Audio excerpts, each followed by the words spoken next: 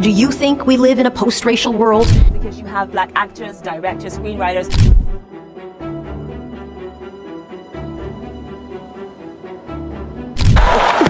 Oh, wow! Hollywood has the biggest worldwide impact on the entertainment industry. On the surface, it looks like there's no racism anymore. We see black celebrities play leading roles in a number of films. Take Kevin Hart, The Rock, and the legendary Will Smith, for example. They've been on posters and in the media for roles they play in various movies and TV shows.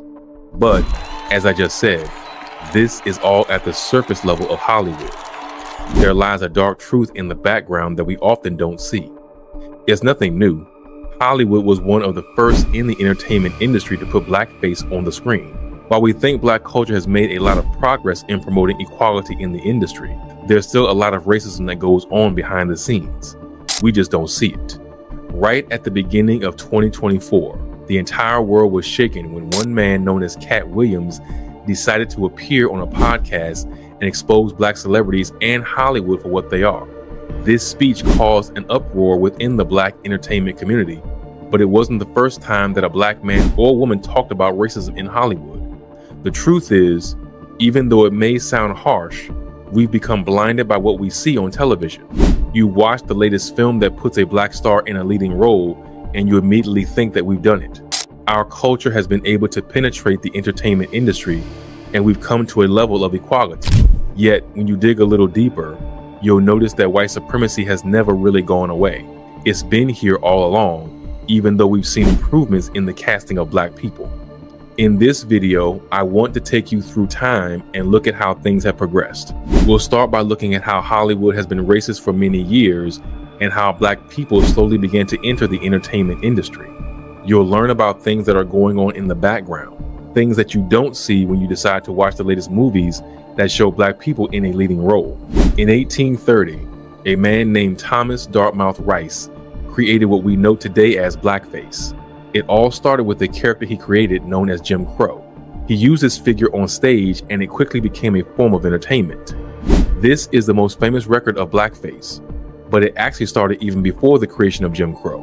In 1769, Lewis Hallam Jr. was part of a British play where he took on the role of a character named Mungo. It was one of the earlier versions of blackface, although not as famously known as the Jim Crow figure that Thomas created. It became a popular way for white people to portray themselves as blacks.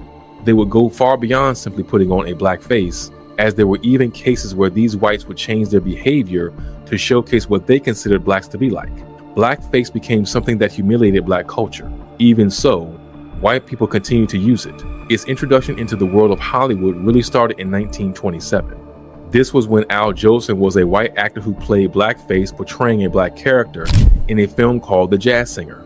It was a hit film among white people, and as with other instances of this racist way of acting as black people, it was for entertainment purposes. Now, if you take a look at history at this time, you'll notice that black people weren't really allowed to enter the entertainment industry, at least not Hollywood.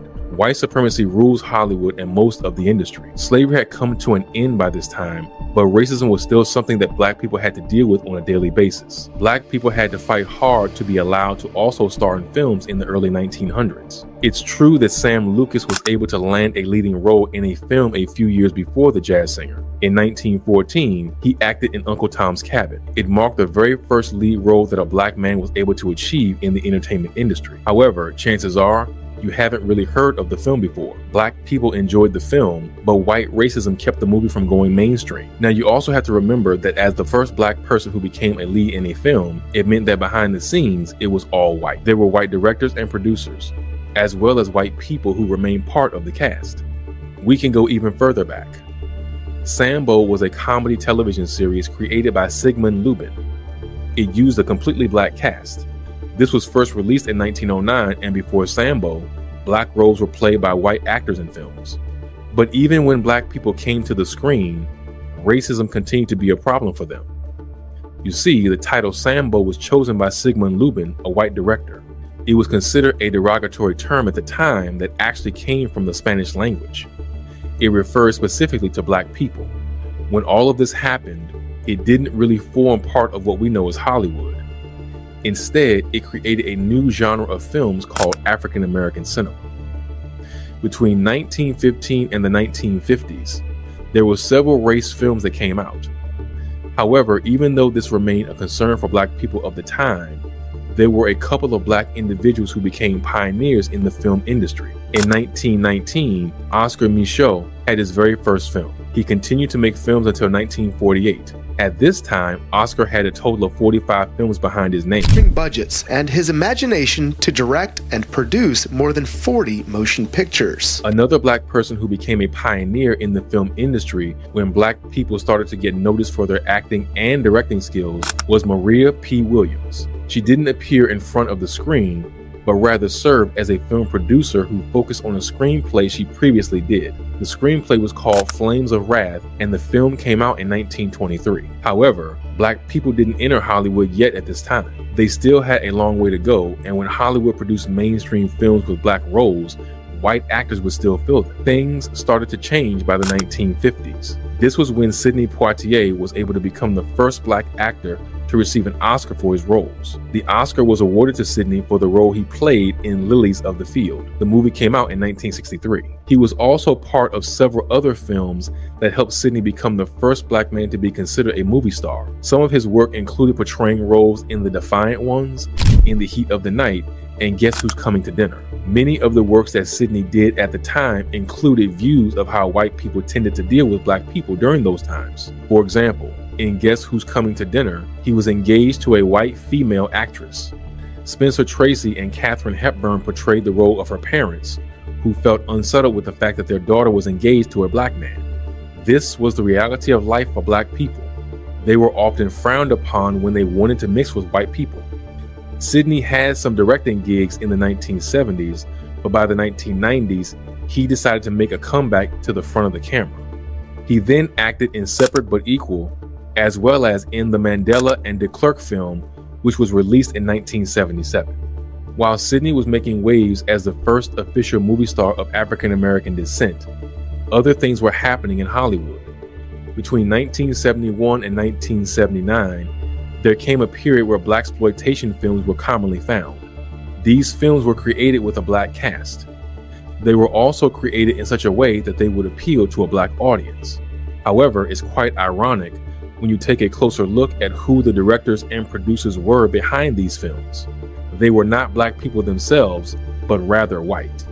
It was obvious that whites exploited Black people to create low-budget movies with the aim of cashing in. They saw an opportunity where Black people started to become more noticed in Hollywood and the entertainment industry.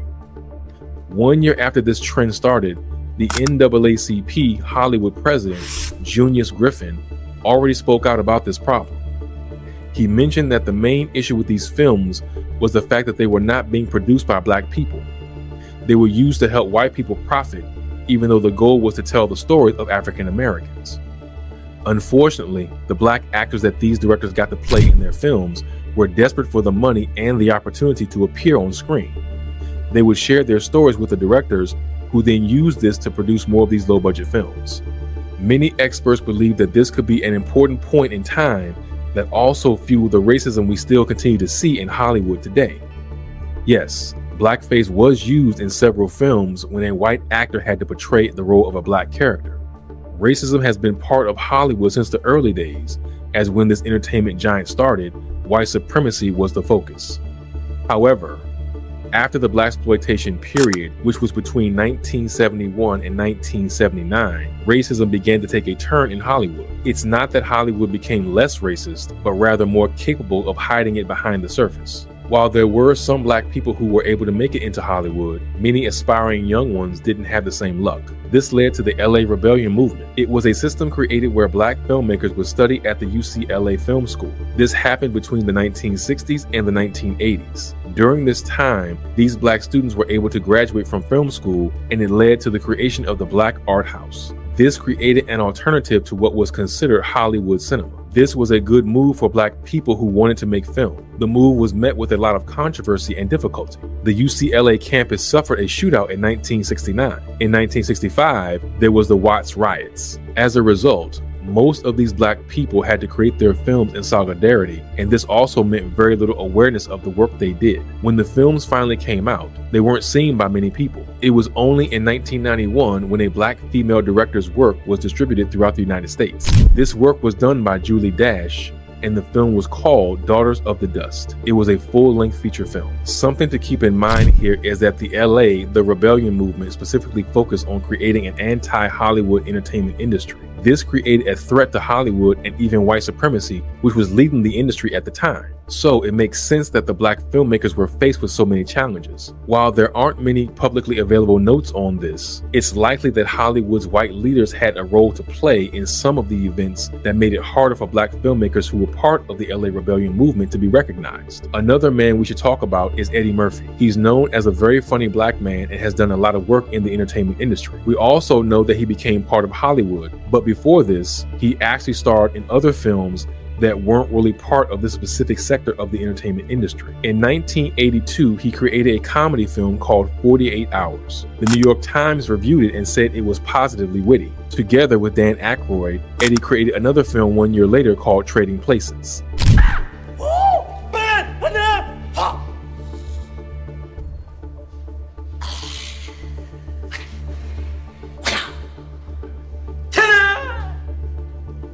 Quarter blood technique. You do that, a quart of blood will drop out of a person's body.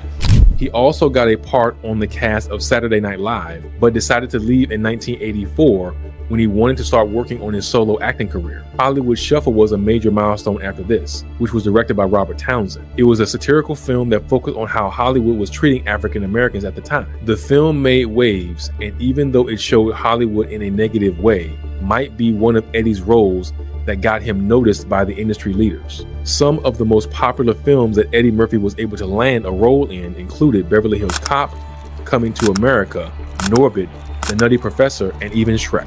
What do all these have in common? They're all Hollywood productions. Eddie made his mark as a black actor and was scouted by Hollywood. This is the story for so many other black celebrities. They might have started on their own or joined a group that focused on black filmmakers, but those in charge at Hollywood want to eliminate competition for this massive industry they've created. This means they make irresistible offers to these black celebrities, as once they've contracted them, the whites in control of Hollywood win. To give you an idea of what I mean when I say Hollywood is still racist, we should take a look at current films produced here. There was even research done on the topic, and they found that black people were most likely to be killed first in a Hollywood movie. From the 1940s to the 1980s, it wasn't popular to see a scary black man being killed. However, when racism was supposed to go away by the 1990s and going into the 21st century, this type of trend became incredibly popular. When you look at statistics of where black guys get killed before whites in a Hollywood film, you'll notice that this was actually not very common in the 1940s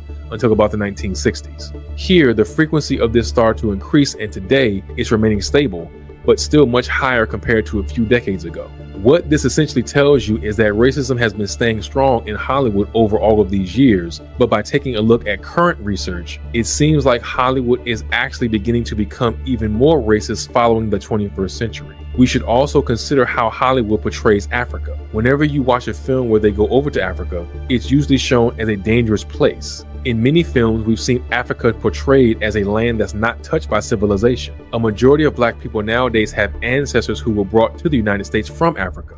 They were enslaved, and today we're called African American. This way of representing the place previous generations came from is also something that clearly shows how racism is a major problem in Hollywood. Then there's the fact that numerous black celebrities have spoken out about how they had to face racism due to the color of their skin. Many of these celebrities have been involved with Hollywood. Let's consider something that happened quite recently.